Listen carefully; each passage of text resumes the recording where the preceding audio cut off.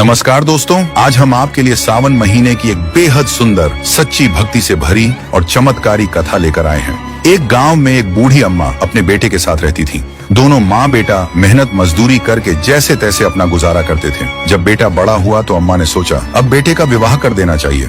उसने बेटे की शादी एक सुशील, सुंदर और संस्कारी कन्या से कर दी। बहू बहुत ही धर्मपरायण और भगवान भोलेनाथ की बड़ी भक्त थी।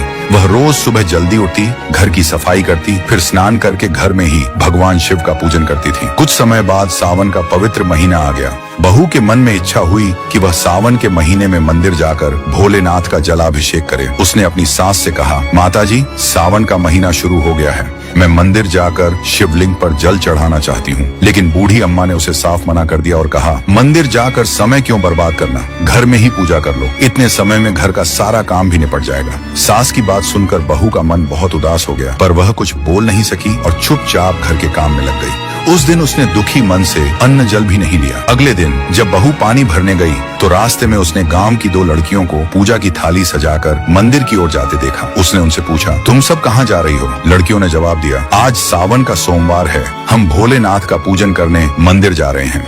यह सुनकर बहू फिर से उदास हो गई। लड़कियों ने कारण पूछा तो बहू ने दुखी मन से कहा, मेरी सास ने मुझे मंदिर जाकर पूजा करने से मना कर दिया है, जबकि भगवान शिव मेरे आराध्य हैं। लड़कियों ने मुस्कुराते हुए कहा, बहन तुम चिंता मत करो, तुम रोज इसी समय पानी भरने आ जाया करो और हमारे साथ मंदिर जाकर भगवान शिव की पूजा कर लिया करो। पूजा की सामग्री की चिंता मत करना, हमारी थाली से पूजा कर लेना। ये सुनकर बहू बहुत खुश हो गई। फिर क्या था, वह रोज पानी भरने के बहाने निकलती और उन लड़कियों के साथ मंदिर जाकर भोलेनाथ की पूजा करती, शिवलिंग पर जल चढ़ाती और मन ही मन क्षमा मांगती। हे भोलेनाथ, मैंने अपनी सास से छिपकर यह पूजा की है, मुझे क्षमा कर देना। ऐसे ही पूरा सावन बीत गया। सावन के अंतिम सोमवार को बहू के मन में विचार आया, पूरे महीने मैंने इन लड़कियों की पूजा सामग्री से पूजा की है, आज मुझे कुछ अपना अर्पित करना चाहिए। उसने अपने गहनों में से नाक की सोने की नथ उतारी, उसे धोकर शिवलिंग पर चढ़ा दी और भोलेनाथ से प्रार्थना करके मंदिर से घर लौट आई। घर लौटकर वह डरी हुई थी और सास की नजरों से बचने लगी, क्योंकि उसे पता था कि सास उसकी नथ को लेकर जरूर सवाल करेगी।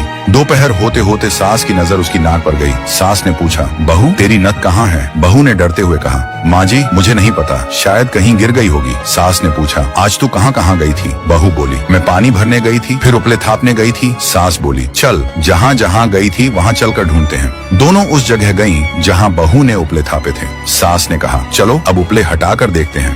दोनों उपले हटाने लगी। जैसे ही उपले हटाए, हैरानी की बात हुई, हर उपले के नीचे एक एक सोने की नथ रखी थी। सास चौंक गई और बोली, एक नथ थी, ये इतनी सारी कैसे? फिर तो सास ने सारे उपले हटाने शुरू कर दिए और हर उपले के नीचे नथ निकलती गई। सास की आंखें हैरानी से खुली की खुली रह गईं। सास ने बहू से पूछा, बहू यह क्या माजरा है? बहू रोते हुए सारी सच्चाई बता बैठी, माँ जी मैंने सावन भर छुपकर मंदिर जाकर भगवान शिव की पूजा की थी। आज आखिरी सोमवार को मैंने अपनी नथ भोलेनाथ को अर्पित कर दी थी, ये सब उनकी कृपा है। सास यह सुनकर भावुक हो गई। उसने बहू को गले लगा लिया और कहा, सावन माह में व्रत, स्नान, जप, तप और दान का कितना बड़ा महत्व है, आज मुझे पता चला। अगले साल हम दोनों मिलकर सावन का व्रत रखेंगे, शिवलिंग पर जल चढ़ाएंगे और पूजा करेंगे। अगले सावन में सास बहू ने मिलकर पूरे नियम से व्रत किया, स्नान, जप, तप और शिवलिंग पर जलाभिषेक किया।